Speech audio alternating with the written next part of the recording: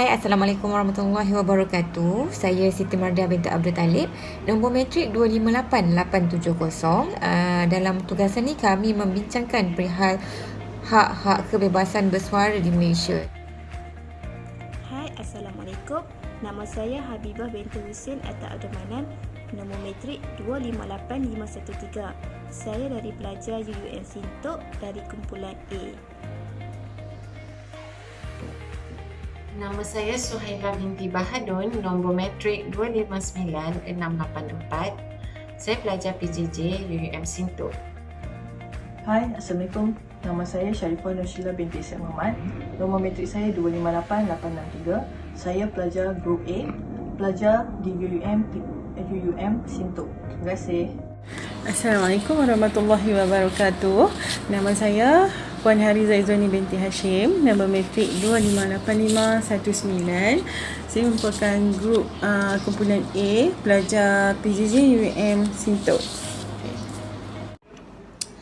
Okey, untuk pengenalan ni kita tahu Malaysia ni sebenarnya sebuah negara yang mengutamakan perkembangan teknologi maklumat dan komunikasi, namun masih mengamalkan dasar toleransi dan literasi berdasarkan garis panduan yang ditetapkan dalam menangani ledakan media. Okey, sebagai itu Suruhanjaya Komunikasi Malaysia telah memberikan kenyataan berkaitan kebebasan bersuara, iaitu kebebasan bersuara bukan kebebasan berbohong. So, kebebasan bersuara terdiri daripada 3 skop utama. Pertama, bercakap dan akhbar merupakan medium akhbar, ucapan lisan dan pernyataan simbolik, termasuk juga kebebasan akademik, namun tak termasuk dalam commercial speech. Seterusnya, kebebasan bersuara terdiri daripada 2 kategori, iaitu pengucapan semata-mata yang merangkumi ucapan yang tidak membawa keburukan, dilindungi dan sebarang sekatan perlukan justifikasi tinggi. Okey, untuk kedua, pengucapan simbolik yang merangkumi ucapan yang disertai dengan pelakuan yang melibatkan pergerakan fizikal atau sebaliknya.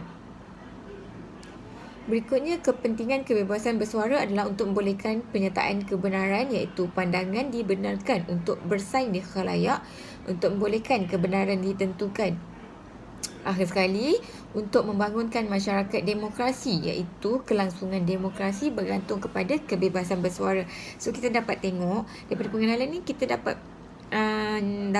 perhatikan sebenarnya kebebasan bersuara ni bukan diberi untuk keburukan, tapi diberi untuk dimanfaatkan oleh rakyat kita, untuk kita sendiri, memastikan fakta-fakta yang dikeluarkan adalah untuk kebaikan dan mendatangkan manfaat kepada kita, bukan untuk memudaratkan. Jadi kita akan tengok contoh isu-isu dalam kebebasan hak bersuara. Pada hari ini, saya akan menerangkan peruntukan undang-undang di bawah hak kebebasan bersuara. Di Malaysia, Akta Hasutan dan Akta Komunikasi dan Multimedia merupakan undang-undang yang paling kerap digunakan terhadap suara-suara yang mengkritik. Saya ingin menarik perhatian anda. Satu contoh kes. Skandal rasuah YNDB yang sekian lama berpanjangan telah mencetuskan reaksi daripada ahli politik, aktivis masyarakat sivil dan pengulas politik yang mengeru Najib Tun Abdul Razak supaya meletakkan jawatan Perdana Menteri ketika itu. Akan tetapi seruan tersebut tidak dilihat sebagai lumrah negara berdemokrasi. Sebaliknya, pihak berkuasa Malaysia menganggap luahan komentar masyarakat sebagai perbuatan jenayah. Mereka bertindak menyiasat individu terbabit atas tuduhan menghasut, melakukan aktiviti yang menjejaskan demokrasi berparlimen dan melanggar Akta Komunikasi dan Multimedia. Peningkatan jumlah ucapan berunsur kebencian terutama dalam talian terhadap kaum, agama dan institusi diraja dalam masyarakat Malaysia yang majmuk bermakna kebebasan bersuara telah disalahgunakan. Kerajaan juga berusaha untuk menghalang orang daripada menganjurkan perhimpunan dan protes awam dengan menggunakan kawalan perundangan negara yang ketat, iaitu Akta Perhimpunan Aman. Saudara-saudari sekalian, undang-undang seperti Seksyen 233 Akta Komunikasi dan Multimedia yang sering digunakan apabila berlaku hantaran yang lucah, palsu, mengancam, sumbang atau jelek sifatnya dengan niat untuk menyakiti hati, menganiayai, menggugut atau mengganggu orang lain. Di samping itu, ada juga Seksyen 505 Kanun Keseksaan, iaitu membuat kenyataan yang boleh membawa kepada khianat awam, serta akta hasutan yang pada saya juga terlalu luas dan menjadikannya satu kesalahan untuk mengeluarkan kata-kata dengan kecenderungan menghasut. Ini adalah kerana akta hasutan adalah undang-undang yang sah dan tidak boleh diketepikan. Satu contoh kes iaitu penceramah bebas Wan Hussein yang dituduh pada 10 September 2014 di Mahkamah Session Shah Alam Selangor di bawah Akta Hasutan 1948 kerana telah menerbitkan kata-kata bersifat menghina Sultan Selangor. Ish, tak puas hatilah Kak Sultan zaman sekarang ni. Mentang-mentang mereka ada kuasa, sengaja nak tindas rakyat. Kejap nak buat status kat Facebook set. Sultan hanya mementingkan diri sendiri sahaja tanpa memikirkan beban rakyat. Okey, dan hai, Assalamualaikum. Seperti yang kita lihat tadi, ia merupakan lakonan yang mana salah satu contoh penyalahgunaan hak kebebasan bersuara di Malaysia, di mana terdapat sesetengah golongan yang tidak bertanggungjawab telah menggunakan kemudahan yang ada seperti memuat status di Facebook untuk menyuarakan pandangan serta melontarkan penghinaan dengan menggunakan perkataan-perkataan kesat dan jijik kepada Sultan, Raja dan kaum kerabatnya serta menjatuhkan imej institusi Diraja Malaysia. Okey, selain itu terdapat juga isu lain seperti klip video Negara Kukuh oleh Namiwi. Di dalam klip video itu merupakan luahan dan pandangan jujurnya terhadap pentadbiran negara yang telah mencetuskan kontroversi serta kekejuan dunia, di mana klip video tersebut telah menyentuh isu mengenai penghinaan terhadap negara, rasuah di kalangan anggota polis, laungan azan di waktu subuh, layanan yang tidak adil kepada etnik Cina, terutamanya berkenaan penempatan pelajar Cina di universiti tempatan serta integriti penjawat awam. Okey, isu yang terakhir pula ialah mengenai rusuhan kaum yang berlaku pada 13 Mei 1969 yang mana telah meragut ratusan nyawa dari kaum Cina dan Melayu. Tragedi berdarah ini telah mengamalkan konsep bebas bersuara yang telah meninggalkan impak yang sangat besar kepada senario dan pentadbiran politik. Tragedi rusuhan ini dikatakan berlaku disebabkan kaum Cina telah melontarkan slogan-slogan yang bersifat sensitif berkenaan isu perkauman serta melontarkan penghinaan kepada kaum Melayu yang telah menyambut kemenangan dalam pilihan raya pada ketika itu. Lanjutan daripada peristiwa ini juga, penerbitan Akhbar Cina telah digantung selama 1 bulan atas dasar membakar semangat perkauman sehingga mencetus tragedi berdarah tersebut.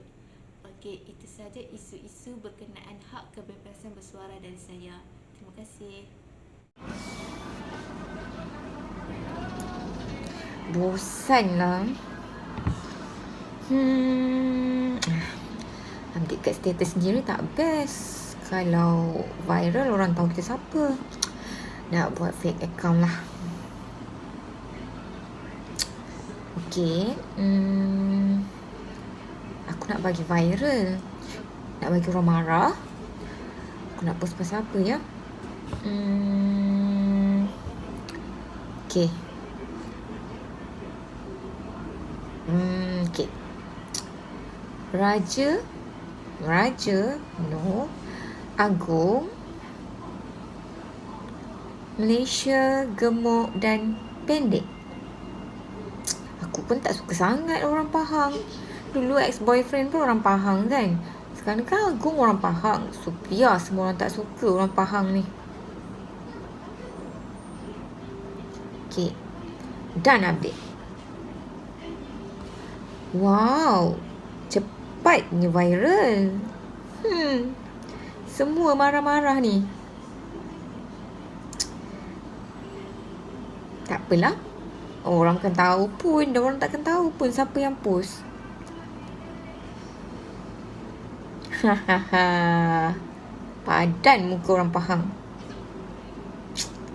Relax je. Lepas ni tukar akaun lain pula. Okay, so dalam roleplay tadi yang kata menghina Agung sendiri, Raja sendiri, kita dapat tengok situ sebenarnya dia telah menyalahgunakan kebebasan yang telah diberikan. Okay, dan kita dapat perhatikan Melayu sendiri. Kebanyakannya Melayu pun ada yang menghina Raja sendiri. Jadi untuk mengekang isu ni daripada terus berlaku adalah wajar untuk digumpal dasar dan akta baru atau menambah baik undang-undang sedia ada bagi melindungi institusi diraja Malaysia. Okey, sebenarnya kita untuk institusi diraja Malaysia sepatutnya kita sentiasa menghormati kerana itu adalah yang tertinggi di negara kita lah. Jadi jika kita sendiri tidak mampu menghormati institusi diraja, bagaimana dengan pihak luar untuk menghormati. So, jadi penghinaan terhadap raja-raja juga membawa maksud dia telah melanggar perlembagaan persekutuan dan prinsip rukun negara. Kebebasan adalah aspek utama dalam negara sistem demokrasi seperti Malaysia. Oleh itu, apa jua bentuk kawalan terhadap maklumat dan informasi akan menimbulkan rasa tidak senang kepada masyarakat. So sekarang ni semuanya di hujung jari. Jadi sekali kita post, so akan mudah tersebar dan akan mudah menjadi fitnah dan menjadi masalah kepada negara kita sendiri. So jangan pernah buat macam tu dan teruskan dengan undang-undang yang digubal untuk menambah baik daripada sistem dan peraturan negara mengenai komunikasi khasnya. Orang mati disebabkan sendiwara itu. Sendiwara bohong membunuh orang je. Okay. Baik, selepas kita melihat video tadi, saya berpendapat hak kebebasan bersuara ni tidak mempunyai hak mengira kaum maupun pangkat seseorang individu tu untuk menyampaikan pendapat mereka sendiri. Pendapat tersebut boleh disampaikan melalui lukisan, lisan dan media massa. Terdapat 4 akta yang diwujudkan di dalam hak kebebasan bersuara ni, iaitu Akta Hasutan 1948, Akta Komunikasi dan Multimedia 1988, Akta Rahsia Rasmi 1984 dan yang terakhir Akta Mesin Cetak dan Penerbitan 1988. Dalam video yang saya tunjukkan tadi juga, kita dapat melihat seorang ahli politik boleh menyampaikan pendapat atau menarik perhatian penyokong dalam ucapan sama ada di media sosial mahupun di tempat awam. Namun begitu, ucapannya atau pendapatnya itu mestilah tidak melampaui batas yang terkandung di dalam Undang-Undang Hak Kebebasan Bersuara seperti mana di dalam Akta Hasutan 1948. Sebagai contoh, kita dapat melihat iaitu beliau sebagai seorang ahli politik dengan sengaja telah memberikan ucapan berbau penghinaan dalam ceramahnya terhadap anggota-anggota Keselamatan Malaysia iaitu PDRM yang khususnya yang terlibat di dalam krisis pencerobohan Lahad Datu pada tahun 2013, di mana beliau menyatakan krisis tersebut sebagai sandiwara bohong yang direka sempena pilihan raya pada pilihan raya umum negara pada ketika itu. Terima kasih. Assalamualaikum warahmatullahi wabarakatuh. Untuk kertas saja Undang-Undang Komunikasi SCCA ni 2083, saya telah diamanahkan pada bahagian kesimpulan lah. Okey, apa yang dapat saya simpulkan untuk tajuk kumpulan kami ini adalah penting bagi pihak kerajaan memastikan hak asasi berkaitan kebebasan bersuara kekal subur dalam negara kita. Okey, kewujudan undang-undang bagi membendung suasana kebencian dalam sebuah negara perlu bagi memastikan tiada pihak yang tidak bertanggungjawab menyalahguna kebebasan bersuara yang telah diberikan sebagai sebuah negara yang pelbagai kaum. Sebarang ucapan yang tidak terkawal boleh menyebab berlakunya huru-hara. Banyak perkara yang sensitif melibatkan hubungan agama dan kaum.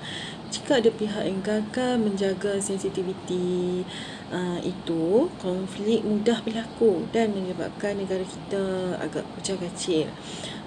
Walaupun sedikit sebanyak kewujudan undang-undang dapat membantu meredakan ketegangan, namun ia tidak seharusnya dilihat atau disalah tafsir sebagai undang-undang yang boleh digunakan untuk membendung kebebasan rakyat Malaysia bersuara dan meluahkan pendapat masing-masing.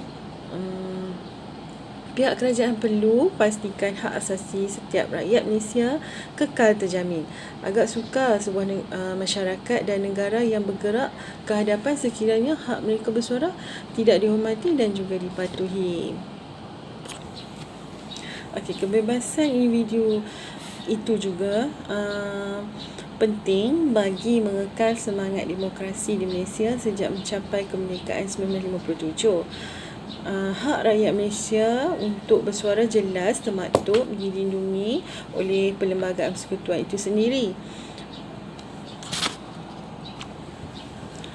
Oleh itu, cadangan kerajaan mewujudkan sebuah akta bagi membendung kebencian di Malaysia perlu memastikan bahawa hak setiap rakyat Malaysia bersuara masih kekal dan wujud terjamin pada masa yang sama. Ucapan dari mana-mana individu dapat komprehensif sensitiviti kemajmukan yang telah wujud dalam masyarakat Malaysia kita. Sekian, terima kasih.